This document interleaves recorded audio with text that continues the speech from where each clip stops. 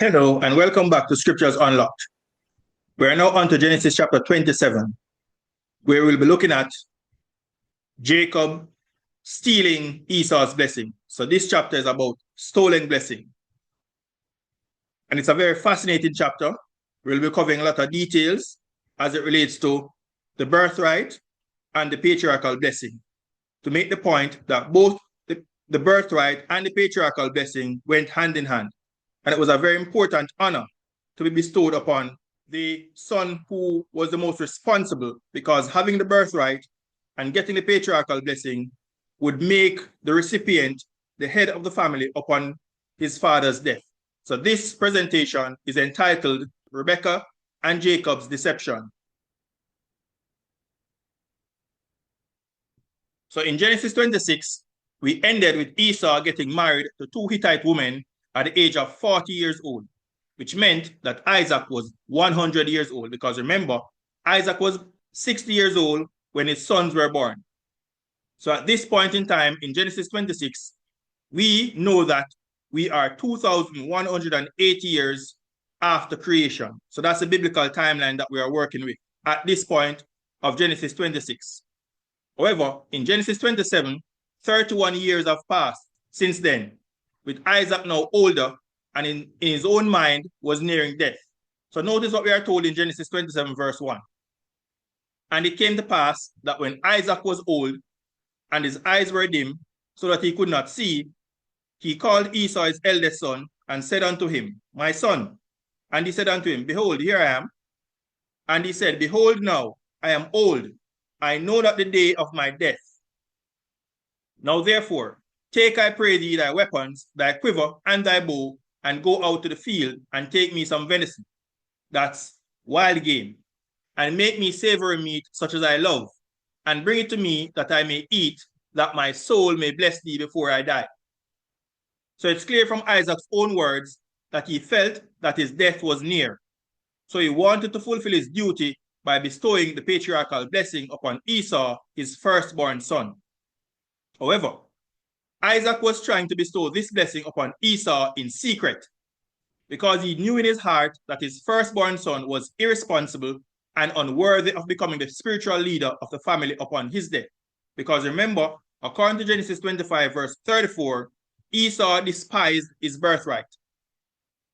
Viewers, it is important to note that the birthright and the blessing were intrinsically linked. They went together like a hand in a glove. It was at a public ceremony that the patriarch, in this instance Isaac, would assemble the family together and inform everyone which son would inherit the birthright and receive the patriarchal blessing, thus becoming the leader of the clan and the spiritual head of the family upon his father's death. However, viewers, being the firstborn son did not guarantee that you would automatically receive the birthright. I want to repeat. Being the firstborn son did not guarantee that you would automatically receive the birthright. The firstborn son was first in line to receive the birthright, but he had to prove that he was godly and responsible. Why? The birthright came with significant material and, most importantly, spiritual blessings, since the son who received the birthright would get a double portion or an extra share of his father's inheritance in order to support and provide for his widowed mother, as well as all of his unmarried sister. So this person had to be a responsible individual. Notice the law that was given many centuries later in Deuteronomy 21 verse 15, but this was something that was being practiced from long before, but it was just codified here in Deuteronomy. Deuteronomy 21 verse 15 to 17 tells us about the birthright. If a man have two wives, one beloved and another hated, and they have borne him children, both the beloved and the hated, and if the firstborn son be hers that was hated, then it shall be, when he maketh his son to inherit that which he hath, that he may not make the son of the beloved firstborn before the son of the hated, which is indeed the firstborn, especially if the firstborn was responsible. But notice what God says. But he shall acknowledge the son of the hated for the firstborn by giving him a double portion of all that he hath. For he is the beginning of his strength, the right of the firstborn is his. So in essence, if this firstborn son was a responsible individual, then the father was duty bound to give him the birthright and the patriarchal blessing. But if he was not a responsible and a godly person, the father had all right to give the birthright to a son who he deemed to be responsible and a son who had character and integrity, as we will find out later on. Viewers, this is the main reason why the son that received the birthright and the blessing had to be not only responsible, but also a godly person, because the future of the entire family was now in his hands. So extra responsibilities meant that this son would get an extra share. So to prove the point that the firstborn son did not always receive the birthright and the patriarchal blessing can be seen in Genesis 48 to 49, when Jacob blessed all his sons and decided which of his 12 sons would receive the birthright prior to his death. So at this point, I'm going to digress to show you that being the firstborn son did not automatically mean that you would get the birthright and the patriarchal blessing, which went together. Here we are going to read about how Jacob dealt with his firstborn son, Reuben, as a result of the fact that he was not worthy, he was not responsible, he was not a son of integrity. Notice what we are told, how Jacob dispensed with the birthright and the patriarchal blessing in Genesis 48 and 49. Let's read about it. And it came to pass after these things that one told Joseph, behold, thy father is sick. And he took with him his two sons, Manasseh and Ephraim. This is when Jacob was now living in the land of Egypt because of the famine. And Israel, who was Jacob, beheld Joseph's sons and said, who are these? And Joseph said unto his father, they are my sons, whom God hath given me in this place, that's Egypt. And he said, bring them, I pray thee, unto me, and I will bless them. Now the eyes of Israel, that's Jacob, were dim for age, so that he could not see. And he brought them near unto him, and he kissed them and embraced them. And Israel said unto Joseph, I had not thought to see thy face, and lo, God had showed me also thy seed. And Joseph brought them out from between his knees, and he bowed himself with his face to the earth. And Joseph took them both, Ephraim in his right hand towards Israel's left hand, and Manasseh in his left hand toward Israel's right hand, and brought them near unto him. So here we are seeing that Jacob is being called Israel because, as we will study later on, God was going to change Jacob's name to Israel. So every time you see Israel here, it is referring to the man by the name of Jacob. And Israel stretched forth his right hand and laid it upon Ephraim's head, who was the younger, and his left hand upon Manasseh's head, guiding his hands wittingly, for Manasseh was the firstborn.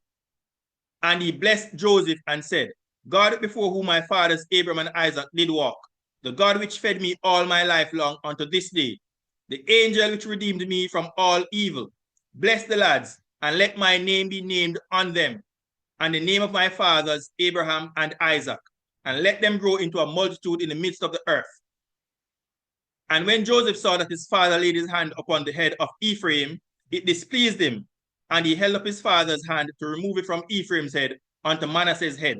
So here Joseph was blessing the younger son instead of the older son. Manasseh was the firstborn, Ephraim was the secondborn, and Jacob here was blessing Ephraim. And Joseph said unto his father, not so, my father, for this is the firstborn. Put thy right hand upon his head. And his father refused and said, I know it, my son, I know it. He also shall become a people, and he also shall be great. But truly his younger brother shall be greater than he, and his seed shall become a multitude of nations. And he blessed them that day, saying, in thee shall Israel bless, saying, God make thee as Ephraim and as Manasseh. And he set Ephraim before Manasseh. So notice what happened here, viewers. Just as how God told Rebekah that the elder shall serve the younger, here Jacob was also blessing the younger and making him head over the older, Manasseh. And what Jacob did, because he was blind, he crisscrossed his hand, put his right hand upon Ephraim's head and his left hand upon Manasseh's head, and he blessed Ephraim, and Ephraim received the birthright. So viewers, that is what was happening. So similar to how God told Rebekah that the elder shall serve the younger, Jacob was doing a similar thing with Ephraim and Manasseh. Manasseh would be subservient to Ephraim, who was his younger brother. So viewers, Jacob was now going to bestow the birthright to Joseph by giving him an extra portion. Notice what he said. Genesis 48, verse 21. And Israel said unto Joseph, Behold, I die, but God shall be with you, and bring you again unto the land of your fathers. Moreover, I have given to thee, Joseph, one portion above thy brethren, which I took out of the hand of the Amorite with my sword and with my bow. So what Jacob did was to give Joseph a double portion of the land. And remember, when Israel settled in the land of Canaan, you had the tribe of Ephraim and you had the tribe of Manasseh. So Joseph received two portions of land. That is, two sons were given because Jacob took them for his own. His name was named on them, as he said earlier. So Joseph did not receive any land in Canaan, but his two sons, Ephraim and Manasseh, did, because he got a double portion, as Jacob just said, of land in the land of Canaan. So that is what we are talking about here. Jacob gave Joseph an extra portion. So notice now as we dovetail into how he dealt with his son Reuben, who was indeed the firstborn. Notice 1 Chronicles 5, verse 1. It says, Now the sons of Reuben, the firstborn of Israel, for he was the firstborn, but for as much as he defiled his father's bed, his birthright was given unto the sons of Joseph, the son of Israel, which we just read about in Genesis 48. And the genealogy is not to be reckoned after the birthright. So even though Reuben was Jacob's firstborn son, because of what he did, and Jacob made it clear why he was stripping him of the birthright, Jacob told everyone, as we are going to read about, why Reuben, the firstborn, would not inherit the birthright nor get the patriarchal blessing, because he slept with his father's concubine, Bilhah. So he was not a son of integrity. He lacked character. He was not a godly son. So it was not in Jacob's best interest to leave the family in such a son's hand. And that is why he denied Reuben, the firstborn, the birthright. Notice what we are told as we read Genesis 49. So Jacob was now going to give each of his 12 sons a blessing and prophesy over them about their future. But because of his integrity, Joseph was the one to receive the blessing. That's the patriarchal blessing. Notice what we are told in Genesis 49 onwards. And Jacob called unto his sons and said, Gather yourselves together, that I may tell you that which shall befall you in the last days. So it was always a public ceremony where the entire family was gathered together, and Jacob, or the patriarch, would bless his sons and tell them, inform them which one would receive the birthright and receive the patriarchal blessing, thus becoming the head of the family upon their father's death. Notice verse 2.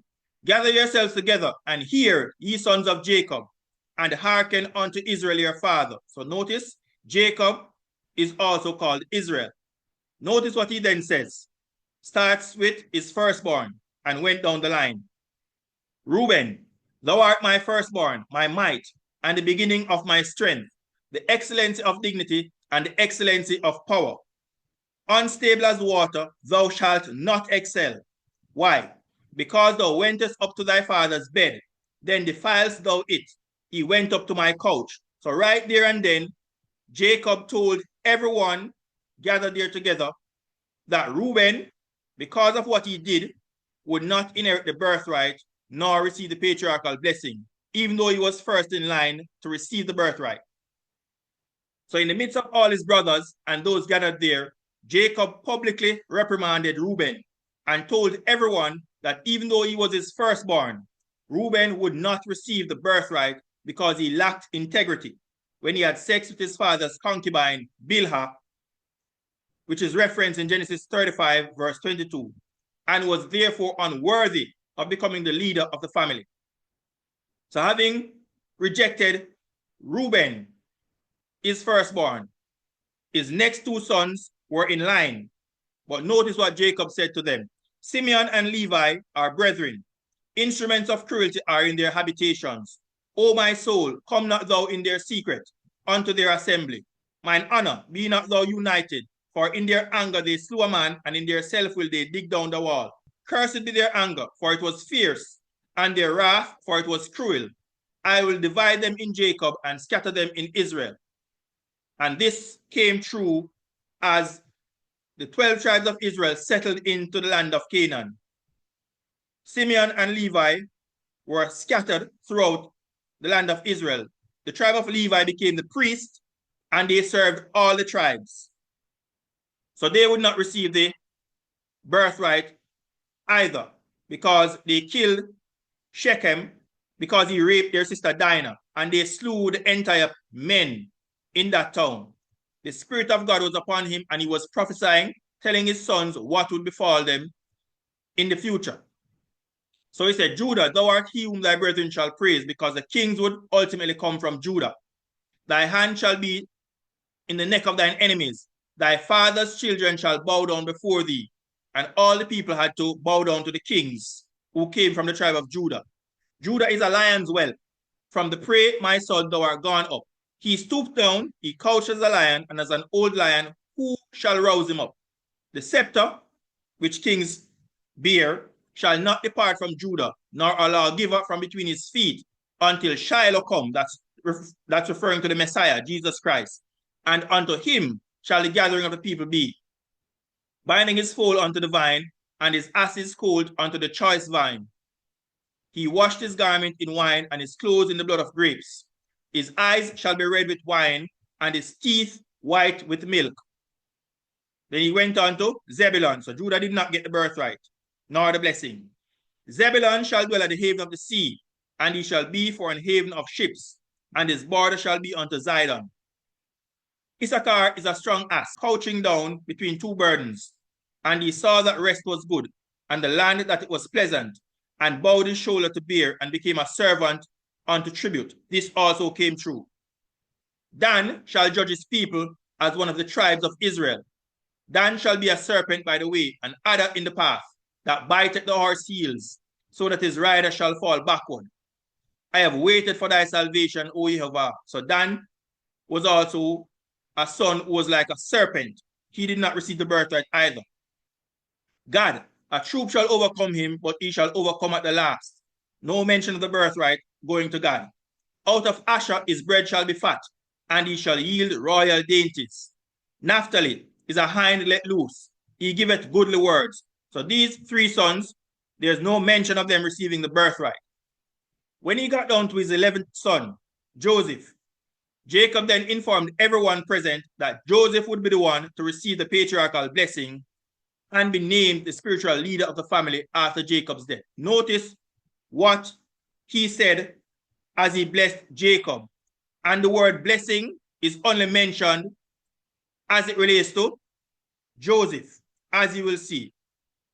Jacob said this, Joseph is a fruitful bow, even a fruitful bow by a well, whose branches run over the wall.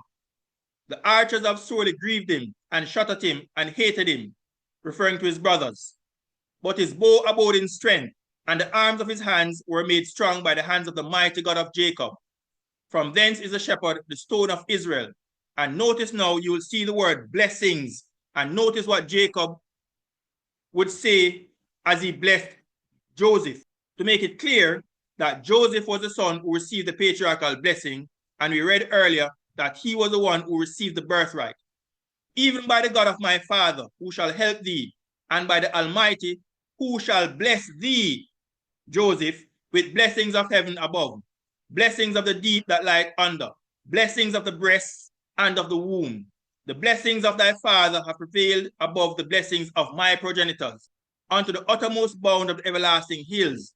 The blessings, they shall be on the head of Joseph, and on the crown of the head of him that was separate from his brethren.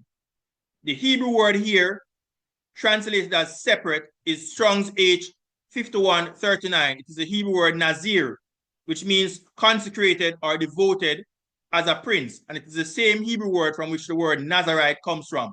Notice how the New Living Translation translates Genesis 49, verse 26. It says, "May the blessings of your father surpass the blessings of the ancient mountains, reaching to the heights of the eternal hills.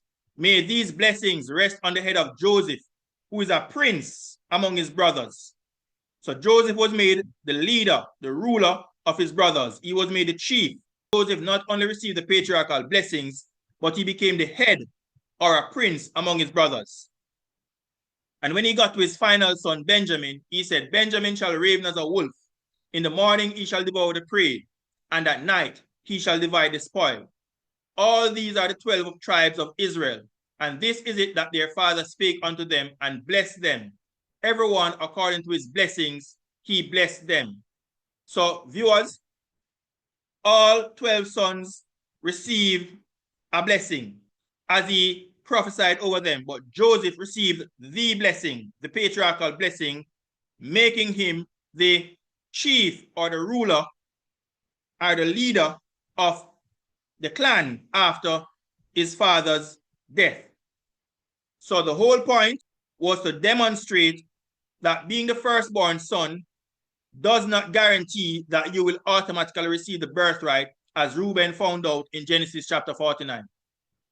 And here is another example of this happening in 1 Chronicles 26, verse 10. Also, Hosa of the children of Merari, they were from the tribe of Levi, had sons. Simri, the chief, for though he was not the firstborn, yet his father made him the chief. So it was the father's choice as he looked at all his sons to determine which one of his sons was worthy of being the leader, especially if the firstborn son was not worthy. The patriarch of the family had the absolute right to choose a responsible son to be chief. And the word chief here in 1 Chronicles 26, verse 10 is the Hebrew word rosh, which means head. Since the firstborn son was unworthy, and this is what Isaac should have done by making Jacob the head. So let's now go back to Genesis 27. Isaac knew that Esau was rebellious because his father was the one who was supposed to arrange a marriage for his sons and indeed his daughters. So Isaac knew that Esau was rebellious and ungodly, as well as unworthy to become the head of the family. But he allowed himself to be blinded by his love for Esau and praised him for the only thing that he was really good at, and that was hunting. Isaac was willing to go against God's stated will and bless Esau instead of Jacob, which is precisely why he wanted to do the blessing in secret, because Isaac knew what he was doing was wrong, since God specifically told Rebekah, who told him that the elder Esau shall serve the younger Jacob in Genesis 25, verse 23, which meant that Jacob should receive the birthright. So even before the children were born, God chose Jacob because God is omniscient. He knew the character that these two sons would have. And even before they were born, God chose Jacob and he rejected Esau. And now Isaac was in total defiance of what God wanted to be done. And he allowed his love and the fact that Esau was his favorite to blind him. And he was willing to go against what God said. But it backfired spectacularly, even though it was done underhandedly. So Isaac wanted to bestow the patriarchal blessing upon Esau behind Rebekah's back. But as providence would have it, she overheard his plan and sprang into action to accomplish God's stated intention. Notice what we are told in Genesis 27, verse 5. And Rebekah heard when Isaac spake to Esau his son. And Esau went to the field to hunt for venison and to bring it. And Rebekah spake unto Jacob her son. So notice, the scripture describes Esau as Isaac's son and describes Jacob as Rebekah's son. So both of them had their favorites. And Rebekah spake unto Jacob her son, saying, Behold, I heard thy father speak unto Esau thy brother, saying, Bring me venison and make me savory meat that I may eat, and bless thee before Jehovah before my death. Now therefore, my son, obey my voice, according to that which I command thee. Go now to the flock, and fetch me from thence 2 good kids of the goats, and I will make them savory meat for thy father, such as he loveth. And thou shalt bring it to thy father, that he may eat, and that he may bless thee before his death. And Jacob said to Rebekah his mother. So Jacob was not inclined to do this because, as I mentioned earlier, Jacob was a son of integrity. Notice what he said. Behold, Esau my brother is a hairy man, and I am a smooth man. My father peradventure will feel me, and I shall seem to him as a deceiver. And I shall bring a curse upon me, and not a blessing. And his mother said unto him, Upon me be thy curse, my son. Only obey my voice, and go fetch me them. So it's clear from Jacob's response that he was reluctant to go along with his mother's plan. But being the good son that he was, Jacob obeyed Rebekah, his mother. And he went and fetched and brought them to his mother. And his mother made savory meat, such as his father loved. And Rebekah took goodly raiment of her eldest son Esau, which were with her in the house, and put them upon Jacob, her younger son. And she put the skins of the kids of the goats upon his hand, and upon the smooth of his neck. And she gave the savory meat and the bread which she had prepared into the hand of her son Jacob. And he came unto his father and said, My father. And he said, Here am I. Who art thou, my son? And Jacob said unto his father, I am Esau, thy firstborn. I have done according as thou badest me. Arise, I pray thee, sit and eat of my venison, that my soul may bless thee. So viewers, after committing to follow Rebekah's instructions, Jacob resorted to lying in an attempt to deceive Isaac in giving him the blessing of the firstborn. So in this instance, Jacob was wrong, because in order for him to obey his mother's instructions, he had to resort to lying. And Isaac said unto his son, How is it that thou hast found it so quickly, my son? And he said, Because Jehovah thy God brought it to me. And here you can see a picture of Rebekah putting on the skins of the goat upon Jacob's shoulder to disguise and to make him appear that he was Esau, because Esau was hairy. And Isaac said unto Jacob, Come near, I pray thee, that I may feel thee, my son, whether thou be my very son Esau or not. And Jacob went near unto Isaac his father, and he felt him, and said, The voice is Jacob's voice, but the hands are the hands of Esau. So remember, Isaac was blind. So he relied on his other senses, touching, hearing, smelling, and tasting. And he knew, based on what he was hearing, that it was the voice of Jacob.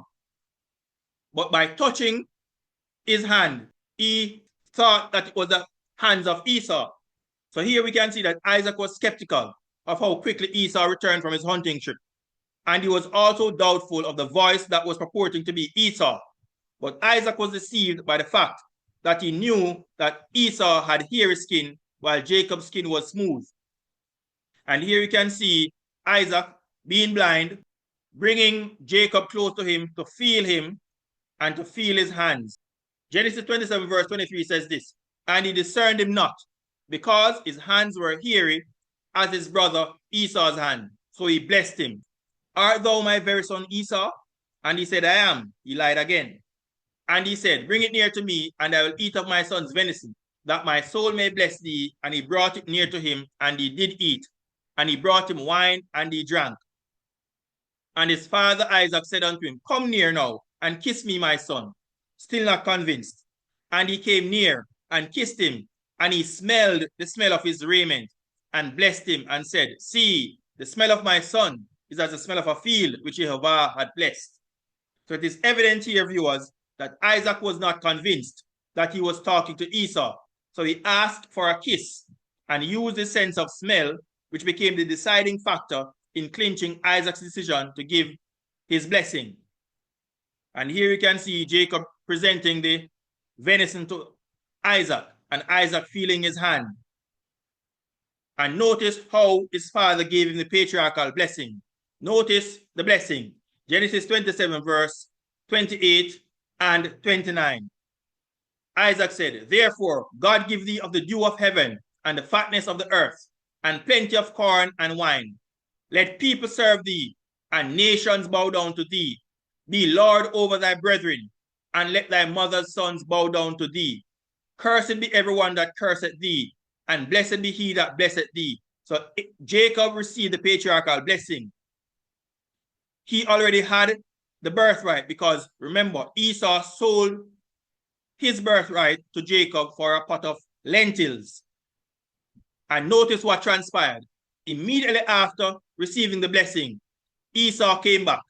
And it came to pass, verse 30, as soon as Isaac had made an end of blessing Jacob, and Jacob was yet scarce gone out from the presence of Isaac his father, that Esau his brother came in from his hunting. And he also had made savory meat, and brought it unto his father, and said unto his father, let my father arise, and eat of his son's venison, that thy soul may bless me. And Isaac his father said unto him, who art thou? And he said, I am thy son, thy firstborn son, Esau. And Isaac trembled very exceedingly, as it dawned upon him that he was duped, and said, who? Where is he that hath taken venison, and brought it to me? And I have eaten of all before thou camest, and have blessed him, yea, and he shall be blessed. And here's a picture of Isaac blessing Jacob, who he thought was Esau. Isaac trembled exceedingly when he realized that he was beaten at his own game, because he wanted to bless Esau in secret, but was tricked into blessing Jacob instead. And Isaac also recognized that God's revealed choice of the elder shall serve the younger, according to Genesis 25, verse 23, would stand, since by his own utterance, Isaac made Jacob Lord over Esau, when he said, be Lord over thy brethren, and let thy mother's son bow down to thee. Rebekah only had two sons, Esau and Jacob. So by Isaac's blessing, Esau would have to bow down to Jacob, because Jacob was made Lord over his brethren. And when Esau heard the words of his father, he cried with a great and exceeding bitter cry, and said unto his father, bless me, even me also, O my father. And you can see Isaac there trembling, and Esau weeping and crying bitter tears. And he said, thy brother came with subtlety, and hath taken away thy blessing. And he said, is not he rightly named Jacob? This is Esau speaking. For he hath supplanted me these 2 times. He took away my birthright, which was a lie. And behold, now he hath taken away my blessing, which was true. And he said, hast thou not reserved a blessing for me? So viewers, Jacob did steal Esau's blessing, but Esau lied when he stated that Jacob took away my birthright, because Esau sold his birthright unto Jacob when he traded it for a bowl of soup in Genesis 25, reading from verses 29 to 34. And Isaac answered and said unto Esau, behold, I have made him thy Lord, and all his brethren have I given to him for servants, and with corn and wine have I sustained him. And what shall I do now unto thee, my son? So Esau was saying that the blessings cannot be reversed. And Esau said unto his father, hast thou but one blessing, my father? Bless me, even me also, O my father. And Esau lifted up his voice and wept. So here you can see Esau crying, and Isaac did not know what to do with himself, because his plan to bless Esau backfired. And notice what we are told in Hebrews chapter 12, verse 15 to 17, as the writer of the Hebrews commented on Esau's big mistake. It says, looking diligently, lest any man fail of the grace of God, lest any root of bitterness springing up trouble you, thereby many be defiled, lest there be any fornicator or profane person, as Esau, who for one morsel of meat sold his birthright. So here, the writer of the book of Hebrews is telling us that Esau was a fornicator, Esau was a profane person, he was an ungodly person. And because he despised his birthright, he sold it for a morsel of meat. And notice verse 17, for you know how that afterward, when he would have inherited the blessing, he was rejected, for he found no place of repentance, though he sought it carefully with tears, as we are reading about in Genesis 27. He was crying after he realized that his brother stole his blessing. So the writer of the book of Hebrews, in commenting on Esau's big mistake, noted that he sold his birthright and as a result lost the blessing as well, because both are linked. And even though he wept bitterly after the fact, he was rejected. And notice what we are told in Genesis 27, verse 39. And Isaac his father answered and said unto him, Behold, as he blessed him, thy dwelling shall be the fatness of the earth, and of the dew of heaven from above. And by thy sword shalt thou live, and shalt serve thy brother. And it shall come to pass, when thou shalt have the dominion, that thou shalt break his yoke from off thy neck. So even though he did not receive the blessing, Isaac still gave him a blessing. So Isaac reaffirmed God's will and told Esau that he would serve his brother Jacob, but not forever. So viewers, throughout Esau's life, Isaac, his father, enabled him. And remember, Esau was a problem child. He was a selfish individual. He only cared about what he wanted to do, which was hunting. Jacob, on the other hand, stayed home. He learned the family business. He took care of his father's flocks. And he was an obedient child. Isaac enabled him. And this was a perfect opportunity for his father to be honest with Esau and tell him that based on his observation, he was not worthy to receive the patriarchal blessing. But he did not do that. So many years later, Jacob would do the right thing when he denied his firstborn son, Reuben, the birthright and the blessing because he was unworthy and unfit to lead the family, as we read in Genesis 49. So as a result of Jacob stealing Esau's blessing, notice what we are told in Genesis 27, verse 41. And Esau hated Jacob. Why? Because of the blessing wherewith his father blessed him. And Esau said in his heart, the days of mourning for my father are at hand. Because everyone thought that Isaac was about to die. And that is why the fathers always waited until they felt that they were close to death to bestow the patriarchal blessing upon the firstborn son. So notice what Esau said in his heart. The days of mourning for my father are at hand. Then will I slay my brother Jacob. Esau was convinced that his father's death was at hand. So he comforted himself with this idea.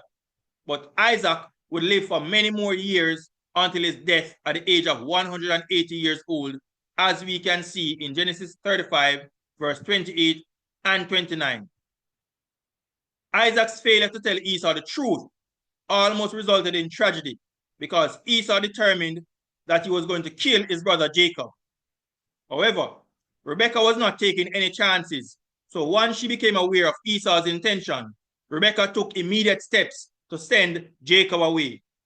So here you can see on screen Esau looking on Jacob with evil intentions in his heart, because he said in his heart, as soon as my father is dead, I'm going to kill Jacob. Notice what we are told. Genesis 27, verse 42. And these words of Esau, her elder son, were told to Rebekah. So it was not only in his heart. Either he mentioned it to someone else, or God told Rebekah Esau's intention. And she sent and called Jacob her younger son, and said unto him, Behold, thy brother Esau, as touching thee, doth comfort himself, purposing to kill thee. Now therefore, my son, obey my voice. I got you into this mess. I'm going to get you out of this mess. Now therefore, my son, obey my voice, and arise, flee thou to Laban, my brother, to Haran, and tarry with him a few days, until thy brother's fury turn away, until thy brother's anger turn away from thee, and he forget that which thou hast done to him. Then I will send and fetch thee from thence. Why should I be deprived also of you both in one day? So, viewers, Rebekah's plan was for Jacob to stay with Laban for just a few days. But Jacob ended up spending 20 years in Haran. And there is no biblical record that Rebekah ever saw Jacob again, which might have been the quote-unquote curse that she was willing to take upon herself. And the final verse says this, And Rebekah said to Isaac, I am weary of my life because of the daughters of Heth, the Hittite women. If Jacob take a wife of the daughters of Heth, such as these which are of the daughters of the land, what good shall my life do to me? She did not want Jacob to follow in Esau's footsteps and marry a Canaanite woman. because the Canaanites were a forbidden lineage because of their incestuous history. So viewers, Rebekah was able to orchestrate a plan to get Jacob to leave for Haran by saying to Isaac that she didn't want her son to marry a Canaanite woman. Jacob was 71 years old when he left home to go to Haran, and I will prove it, which meant that Isaac was 131 years old when Jacob stole Esau's blessing. Since the twin, Esau and Jacob were born when Isaac was 60 years old. Isaac would live for another 49 years because he died at the age of 180. And this incident took place when he was 131 years old. How do I know that Jacob was 71 years old when he left Canaan? The scripture tells us in Genesis 31 verse 41 that Jacob spent 20 years working for Laban, 14 years for Rachel and Leah, and 6 years for Laban's cattle. Joseph, Jacob's 11th son, was 39 years old when he was reunited with his father Jacob after being sold into slavery by his brothers. And Jacob was 130 years old when he met Pharaoh, according to Genesis 47 verse 9. So Joseph became the prime minister of Egypt when he was 30 years old. The scripture tells us that Jacob stood before Pharaoh when he was 30 years old.